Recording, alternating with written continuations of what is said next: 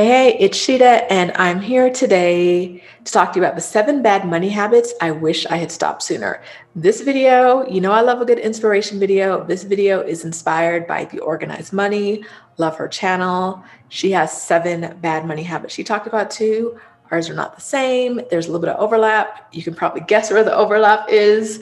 But here are mine. I will link to her video, The 7 Bad Money Habits I Wish I Stopped Sooner, in the description. Once again, that's The Organized Money. Make sure you go over there and subscribe if you're on your money journey right now. Okay, let's get right down to it. I talk to you guys every once in a while about how I got to 7 figures of net worth. But I don't think it's fair to talk about like the good things I did without also telling you about the things I did that were not that brilliant. So this is one of those like, that wasn't that smart days. No judgment. We all do it. We all have bad habits in one aspect of our life or another. These are some of the money bad habits that I had. I wish I'd stopped earlier. Some of these I might still do occasionally, but this is not a judgment zone. This is a judgment-free zone. So I appreciate you not judging me. Thank you very much. Let's get started. Number one, this is actually one that The Organized Money had as well, and it's using my annual salary to justify purchases. I would see something and it would be like crazy expensive. Like the first time and only time, we'll say the first time I bought a designer bag, I was like, oh, but I'm making 6 figures. It's fine. It's fine.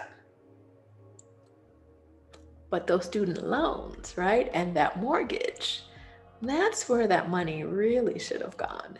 And so, I see nice, I am attracted to shiny objects. So I see the nice things, I see the shiny things, and I want them. And I tell myself, oh, it's fine. I'm making this amount of, you know what I mean? Like it's expected. Like I am who they make these products for, right? Like if I can't have it, So using that income to say like, I deserve, when I could have been more focused on my money goals.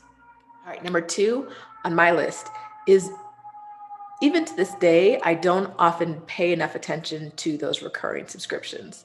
So at one time I think I was paying for Pandora and Spotify. Why? I have 2 ears. I'm not listening to different things. Like, what am I doing? Pick one, right? But it's the little things you don't think about, especially the ones that come once a year. Those once a year subscriptions get me every time, especially if they don't tell you before they're going to renew it and it's just a renewal, an automatic renewal. Killer. I'm always losing money like that. And so it's something that I want to be more cognizant of. It's something that I've started tracking now.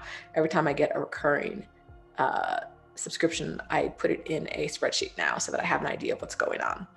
Because you got to know where the money leaks are, and subscriptions can be a money leak. So I think I said money leak, but I got an email from Denise Duffield Thomas this morning, and I believe she mentioned money leaks. That's funny. I think she used the same phrase, and that's probably why it's in my brain, because I read it while I was half asleep this morning. Yeah, you want to know where the money leaks are. Subscriptions are a big place for that. The other thing I am guilty of doing, and that I try to stop, but I still do, is I buy things because I got an email, right? Like it's a sale, or it's a buy one, get one, or the picture is just so cute, you can't resist it. I'm guilty. And every once in a while, I'll go into my email and I'll unsubscribe from every shopping email I get. Like I'll just spend an hour going in there, going through my old emails and unsubscribing from everything. And that really helps me with this. But otherwise, like I said, I am attracted to shiny objects. Emails get me all the time. I got a text the other day about a sale, and I was like, why am I getting texts from, but I was actually waiting for an announcement of that store to have a sale because I wanted something from them. And the minute I did that, I was like, bloop, bloop, bloop, bloop, bloop, bloop, bloop, bloop, bloop, thank you, okay, bye. But if I hadn't gotten that text, I would not have made that purchase. So I probably need to stop getting those texts. Yep. All right. Number 4 on my list, is not paying attention to my budget categories. This happened a lot when I was working and I was busy and there was a lot of money going in and a lot of money going out. I would, at the beginning of the month, set a budget for the upcoming month, how much I wanted to spend on like all these different categories. and it would be way off. And so for me, I told you I use Mint. Mint would be more like a tracking tool instead of a budgeting tool. So I'd use their budget, but then I'd go in there once a week or so and adjust it to what I actually spent. So it reflected where my money was actually going instead of where I wanted it to go. But what that meant, it's not a terrible thing. Like, it's very important to track where your money goes, but I didn't need a budget to track where my money goes. Mint will do that for me.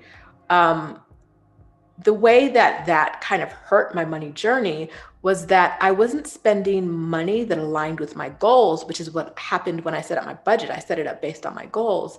I was instead spending money in alignment with what I wanted in the moment, right? So if I go to Nordstrom and I spend $500, if I had a savings goal of $500, maybe I don't make it that month. But if that savings goal was for a vacation, but I know I'm going to go on anyway, then I'm going to have to take that $500 from somewhere else. So even though my budget looks like overall it's healthy, the money isn't going towards the things I want it to go to. It's going to like fluff and things I don't need. Number 5 on my list is shopping because I was bored or to kill time. Okay, I used to work out in the boonies in Ohio, and there was nothing out there. So in the winter, I could go, it was so cold. I could go to the grocery store and buy frozen things at lunch, and they would still be frozen when I got them home after work because it was that cold. So like in the winter, I would go grocery shopping at lunch. In the summer, why not go to Target? Why not roam the aisles of Target? Because you don't want to be in the office and you have this time to kill. Why not? The fact that you're spending over $100 every time you go, it's what you work for. And it's one of those things where like, I'm spending this money because I'm working. And I know you guys know this. It's the happy hours because you want to de-stress after work with your friends. It's, all of the things we do to make ourselves feel better because we're stressed at work. Target was one of those things for me. It was definitely on the list. And it's like, I'm spending this money because I'm working instead of like really being focused on where I want my money to go and realizing that if I have to spend this money because I'm working, my income is lower, right? I'm not making the money I think I have because there's this additional expense that I have to put into account. This one is related, kind of. It's buying things when I felt bad. Having a bad day? Why not go to the mall? Stressed? Sad? Let's buy something pretty. Pretty things help. Like my earrings? They're from one of my favorite Mexican designers. See? Pretty things. Pretty things make me feel better.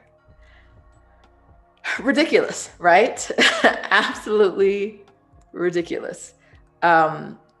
Things aren't going to make me feel better in the long run. Therapy might make me feel better in the long run. But things won't, and I know that. And so I've stopped the habit of buying things when I don't feel good. This last one, we are all guilty of it. Also kind of related to what I did before. Number 7, buying things because they were on sale. Going in a store and it's like, I don't need this. I never thought I wanted it, but look at this price. This is me in the Target aisle. It's like, look at the price of this thing. I must have it.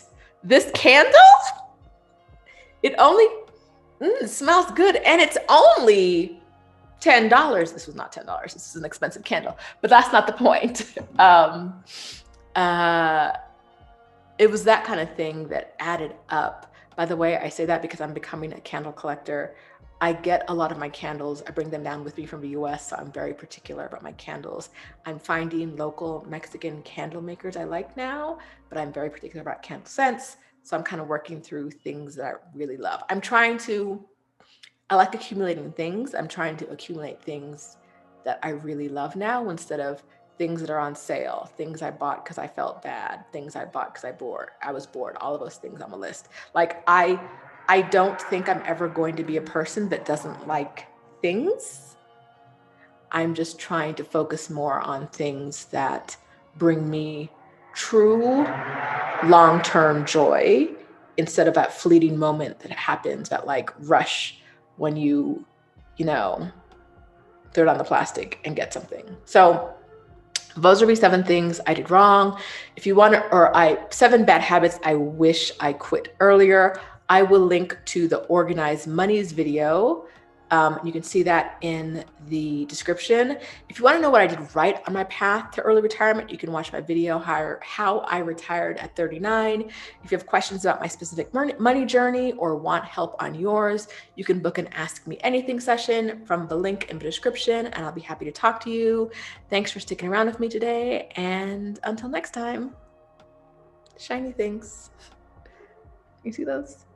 These are rings from a different Mexican designer.